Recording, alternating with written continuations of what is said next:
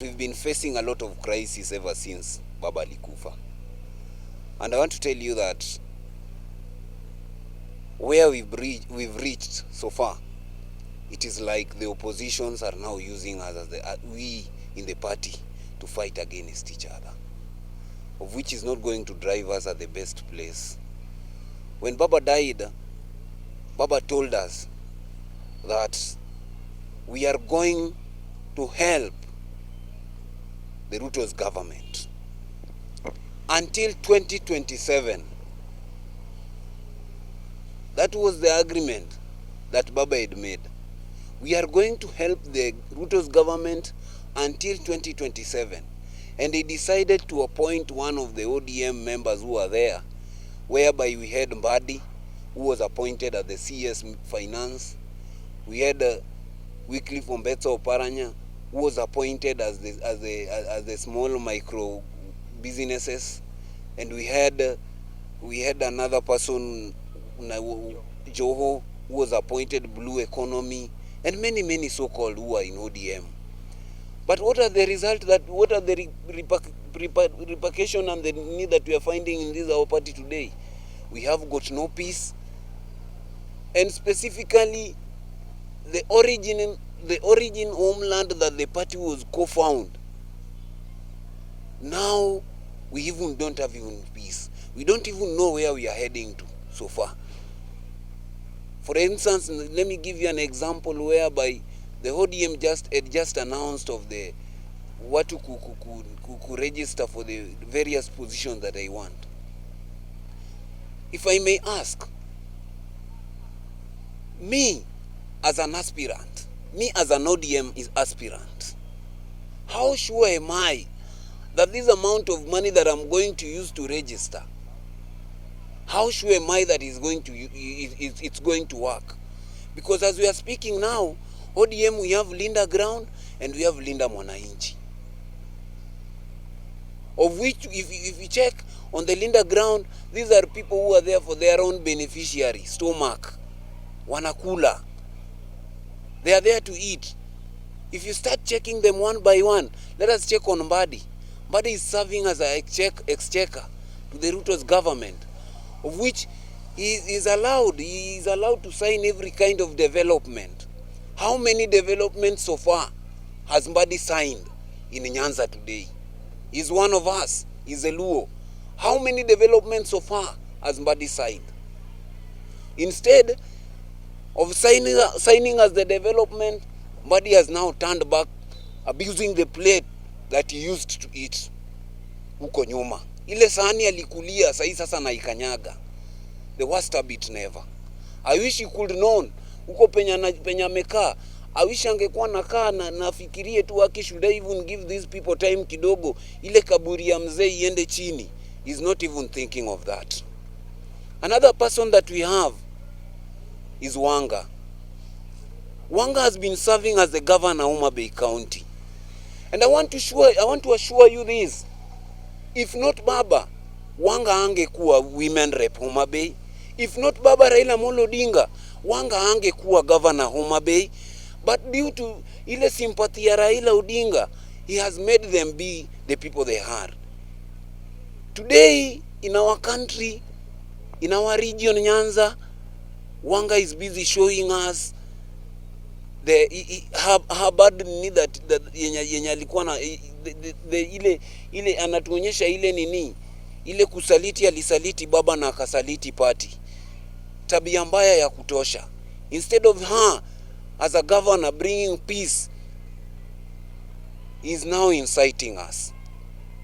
It is one of the shameful things that Wanga should sit down and think about. Yeye ni mama, akona watoto. How could she feel saa zile watoto wake wanagonganishwa kwa nyumba moja? How could she feel? Where are we heading to? Sisi kama watu wa Nyanza. Let us check on Atandi. Atandi was elected the chair budget. What is he helping us with? Is he helping us with finding the goons and fighting our leaders in wherever functions that they go? Is that the benefit that we can get from the broad-based government? Is it? It is not. And in fact, it is going to head us nowhere. We are only going to kill ourselves as youth from Nyanza, as youths in the ODM party. And after all, we will remain to vote the next leader who is going to help us. If we leave Atandi, and so many that I have not mentioned, let us check on Linda Mwananchi. Linda Mwananchi, we have the same people who surrounded Baba. We have Babu Owino. We have Sifuna. We have Senator Usosi. We have Orengo. And we have so many leaders who have not even announced themselves to be in Linda Mwananchi. But when you check on the Linda Mwananchi, they are only following Baba's footstep. There's no single day that Raila angeweza kuona watu wanadhulumiwa na akanyamaza. Even though many people described him in very many ways. Some people described him as a cartel. Some people described him as anakula pesa na nini. But we have to stand on one point. What did he help us with? Raila helped us with democracy. When you compare Kenya sahi na ile ya kitambo ya Moi, you could not even speak. You could not even speak. And I even felt bitter ile time Mbadi was telling Ruth Odinga that you have to know that party siya Kodinga. I want to tell you this. Mbadi has to go slow. Because akitaka kuambia Ruth Odinga party siyo ya watu wa Kodinga, and yet it is Raila who was detained. It was Odinga's family members who were being frustrated for them to get that freedom that they had. If I may ask you, the common mwananchi who are watching on the media, how many people knew Mbadi wakati Moi alikuwa kwa power? Nobody. He was nobody. But Raila made him be somebody. Today I can get Mbadi saying that he made Raila be Raila. Mbadi never made Raila be Raila. Raila made Mbadi be Mbadi. And Mbadi has to get the point. And we are never happy on what is taking place in Nyanza. I wish they could just sit down and reflect and sit down as Nyanza leaders so that they can give us the best solution. But when they want to give us that, when they want to tell us that the best solution is when this leader is coming and the other one is coming, this leader should be carrying those people carrying pangas and whatever to fight another leader. A good example ni ile ilifanyika kwa Kinanyikal. A very bad, embarrassing and a very embarrassing picture. If at all we leave it at political situation, Orengo has been serving with Nyikal in various occasions. Wakati Nyikal alikuwa DMS, and Nyikal akaserve na Nyong'o wakiwa Nyong'o was the Minister of Medical Service, and they came all along up to date. The best thing as a leader they could have done, they could have left Orengo as a leader to mourn his fellow leader and live in peace.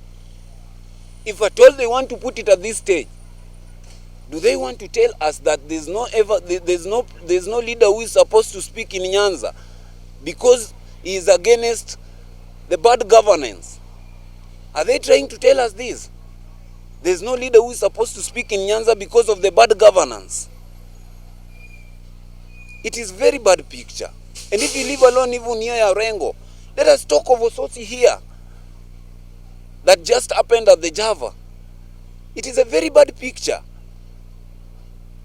If we check on our Luo politics, sisi Wajaluo ni kazi ngumu sana, na ukifuatilia utapata ni ngumu sana kupata idadi yetu kubwa tunatoka kwenda kupiga kura. It is our brothers from Western that always cover us in terms of votes. Today, they want to bring in a clash between us and the Luyas. A very bad picture. Na sazile hata Ruto anakana, sazile hata the people surrounding Ruto are seeing this, and the key people who are doing this are seeing this. What is their expectation in coming 2022 election? What is the kind of number of votes that they're expecting from Nyanza? What is the kind of numbers that they're expecting? they should expect 0 vote. Because sasa kama hiyo ndio ulishaharibu, what of pale? Another bad thing that they did, Raila fought for democracy. And Raila died fighting for democracy. Mpaka ile wakati tukaenda broad-based government. It is not only Ruto that Raila alienda na broad-based government. Raila even went with Uhuru Kenyatta and they had handshake. They had handshake and they talked. And through the handshake that they had with Uhuru Kenyatta, it brought us a lot of development compared to this broad-based government. Because through Uhuru's government, that is when we as the Kisumu people tulipata paya hapa chini. The port was in bad condition. I can remember hapo penye wameka paya kulikuwa na Luangni Hotel. It was ever in bad condition.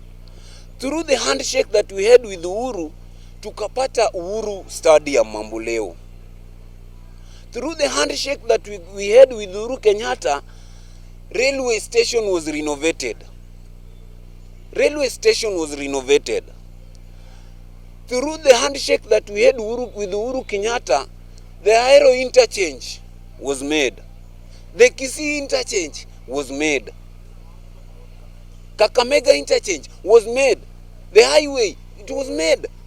But yet today you are telling us that we are in a broad-based government that is full of hunger, is full of poverty. Where are we heading now as Kenyans?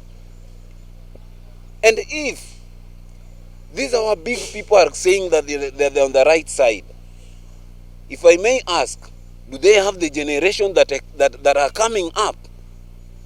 Do they have the generation? If at all somebody is supporting that these things should take place as the way they are doing it, then this is one person who does not have a generation. Is the person who is doing these things. So it is a very bad picture. Baba fought for democracy. They did a very bad thing. A leader anaenda mpaka kwa bunge la wananchi telling people that Babu should not get into Kisumu. Sazila anaambia watu that Babu should not get into Kisumu. Then Babu should also come and gang up and tell people that the opponent side should not get back into here. Because Babu is just supporting, Babu is against, Babu and Sifuna, they are against the bad things that are taking place in our country today. I want to tell our leaders from Nyanza, let us not cheat President William Ruto. Let us not cheat him. And if at all he is giving you money to deliver kwa ground and you're not delivering, then find where to hang yourself to. Because after all, the result will be removed. Ni kama tu wakati huu tunafanya mtihani na majibu inatolewa na inasomewa. So 2027 shall determine. Wengine wanasema our president ni lazima ende mpaka 2032. I want to tell you that when you want to start a journey, nikitaka kujenga nyumba and I call somebody to support me kujenga nyumba, that person ataniuliza umefika wapi. Is it? He'll ask me umefika wapi. What are the kind of projects that our leaders from Nyanza wanaenda now Ruto? What are they?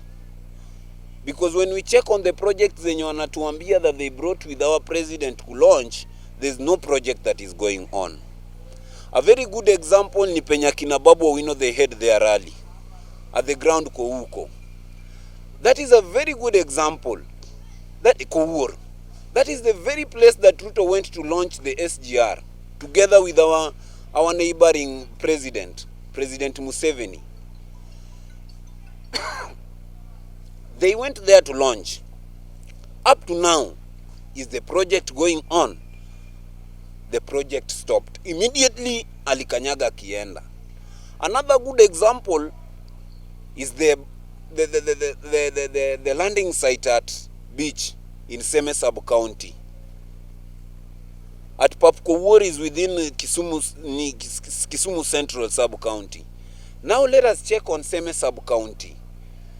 Seme sub-county, Ruto promised that the landing site at Asat Beach is going to function. As we are speaking now, is the project going on? The project stopped. Another good example, in the same sub-county, our president promised to give out a bus. He said that I'm going to give out a bus right now. And in fact, Dr. Nyikal, he gave out 5 million. Dr. Nyikal told him that 5 million itakuwa kidogo, Rais. And Rais said, nawaongeza mita 3. Ili watoto wapate nini? Wapate basi. I'm telling you with a lot of confidence that even as we are speaking now, Nyikal is really struggling to find on a way that is going to reach the school with a bus.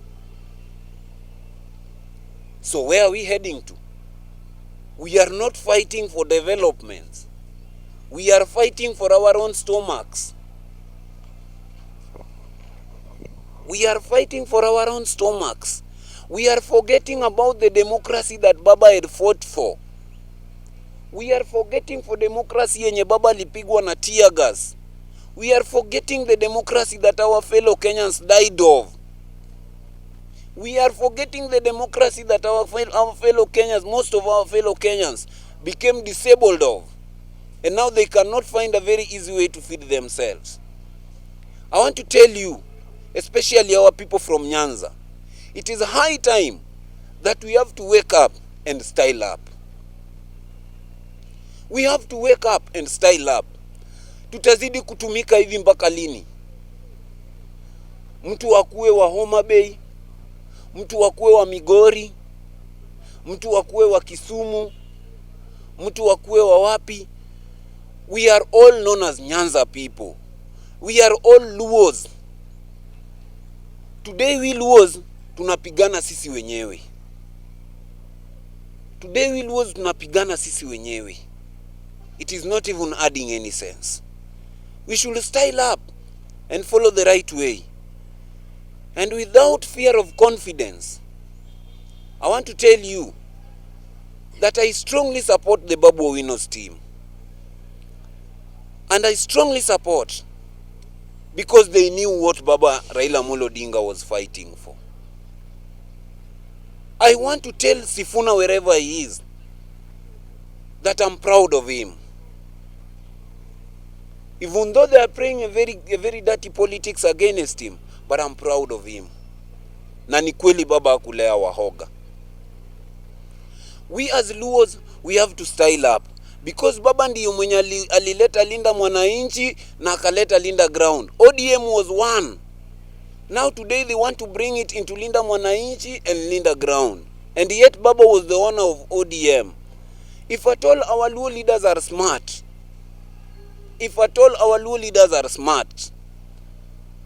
they should have a very urgent meeting. And they discuss. Huku juu penye tunapata. These are the repercussions that we are getting there. Let us do this so that we be in peace. In Nyanza was the only place ungepata Mjaluo napigana na Mjaluo. Nikikupeleka nyuma in 2007, post-election violence, whereby Raila was competing against Kibaki. Did you just saw what happened within Nyanza? Hakuna Mkikuyu alibaki. Hakuna Mnandi alibaki.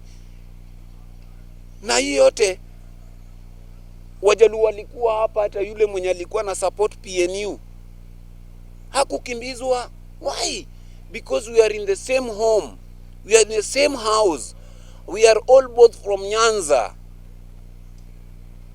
We are all both from Kisumu.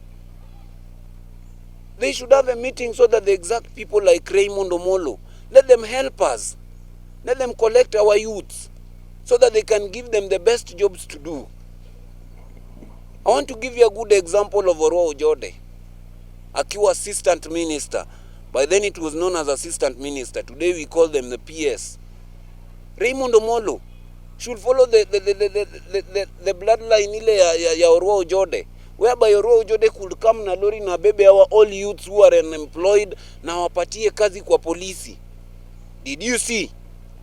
Can you tell me, do you have anybody within Kisumu whom you know that was employed under police during during Ojode's time. They are there. They are busy serving. But when you check on our current PS, what is he having for our youths today from Nyanza? What is he having for our youths today from Nyanza? He is the only key person who is supposed to bring his suggestion on the way that our youth should be helped. Ni yeye tu. Na tusitajajie mtu kama we are truly in the broad-based government. And Baba left us in the broad-based government because sisi when the NDC was being signed at Bomas, tulijua we are only supposed to work until 2027. So if at all they want to convince us that we are in a broad-based government, then let the PS Raymond Omolo prove it to us. Let him come and mobilize our youths. Let our youths find something to do. But itabia ya sisi vijana, we want to show out a way that sisi Wajaluo ndio sasa tuko unemployed sana. It is not making sense. All along we've been unemployed kutoka kitambo. Or is it the first time yenye tunataka kusema youths hawana kazi Nyanza? Wamekuwa hawana. Sio sahihi, wamekuwa hawana. Lakini how have they been surviving? Wamekuwa wakisurvive in their jua kali doing their things. But what is happening today? In that mtu amekubali kuacha hata kazi anafanya, in that aende tu afanye kazi ya gunism of 500 bob. After 500 bob, what next? We have to style up. We have to style up in Luo. We are not going, where are we going to head with this kind of character? Wale wa Kikuyu mbona wasipigane huko? Instead they even meet, they make the meeting, they follow up their ways. Wale wakale wasipigane mbona wasipigane huko? If you check on ODM itself sahi, Wanga they are now telling us, huko nyuma Wanga alikuwa nakana tuambia that I'm going to deputize Ruto. Na kaweka kwa mentality yake. Without fear of contradiction, I'm telling you that Wanga cannot go and vie for Homa Bay seat and na akapata sahi. She's not going to get it. And if she's going to get it, she'll get it on a sweaty way, of which I'm sure she won't get it. Why do you say so? The reason why I say that Wanga cannot get it, Wanga was given the gubernatorial seat on a blessing hand. But Wanga, makosa baba alifanya kuingia kwa broad-based government, yeye aliona ni kama yeye ndiye anafaa kukuwa baba zaidi. Wanga aliona ni yeye ndiye anafaa kuwa Raila zaidi. Naona that is bringing her downfall. Na akasahau kufanya the developments zile za Homa Bay County. Na akabaki sasa is there to sing the broad-based government. Baba left us in the broad-based government. Baba left us in the broad-based government.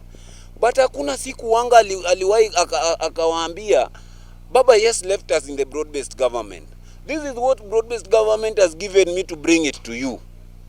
If I may ask, umaiona penye Wanga ameambia watu wa Homa Bay, Baba alituacha kwa broad-based government lakini Ruto amenipatia hii kwa sababu tulikuwa broad-based government nikaleta hii.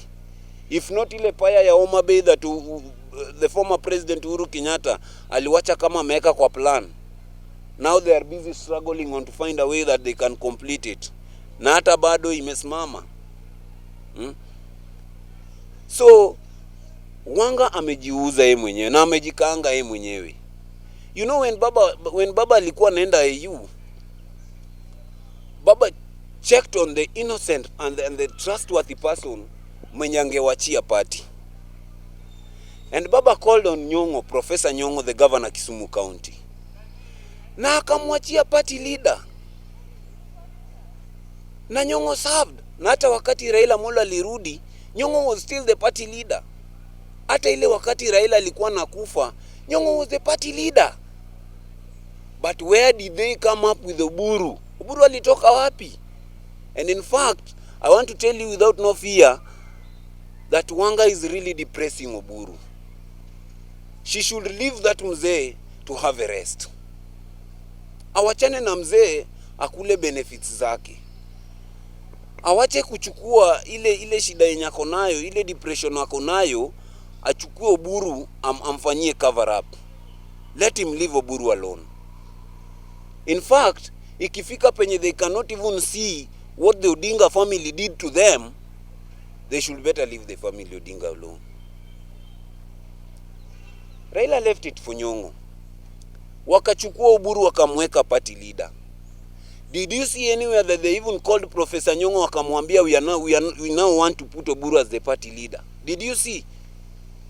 They even end up came na wakakuja hapa Kisumu and they had their meeting ile Wajaluo. Can you recall of the meeting ya Wajaluo ya kutafuta way forward?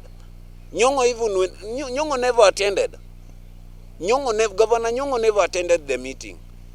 Na hata hao wenyewe they should ask themselves, kama Raila Amolo Odinga left the party kwa mkono ya Governor Nyong'o and Nyong'o never attended the meeting, what is cooking on? Why should we even call Nyong'o so that we can find a solution way out? They never did. Today they see Babu Owino and Sifuna as a threat. Ikifika penye unaona mimi ni threat, then there is something that you've done to me wrong. You cannot just see me as a threat na hakuna kenye umenifanyia mbaya. You'll always see me as a threat saa zile pengine kuna penye tumegongana pahali. Are you getting me? So if at all Wanga were right leaders, the likes of Wanga, the likes of Junet Mohamed, the likes of Oburu Odinga, if at all they were the right leaders, and if at all even Oburu himself wanted to defend the legacy of his brother, the first thing that he could have done before we bury our mzee Raila Amolo Odinga, they could have called for a party meeting so that they can talk to Babu Owino, so that they can talk to Sifuna, so that they can talk to the likes of Akina Ososi, for them to find a way forward as a party. Why do you think they decided to change the leadership of ODM without consulting Nyong'o? Actually, what made them to... pardon the question. In your own assumption as a youth, why do you think they changed the leadership from Nyong'o to Oburu without even consulting Nyong'o himself? You know, what I know, and all I know, and now I know Nyong'o, the first thing with Nyong'o kubali mambo na direct ticket.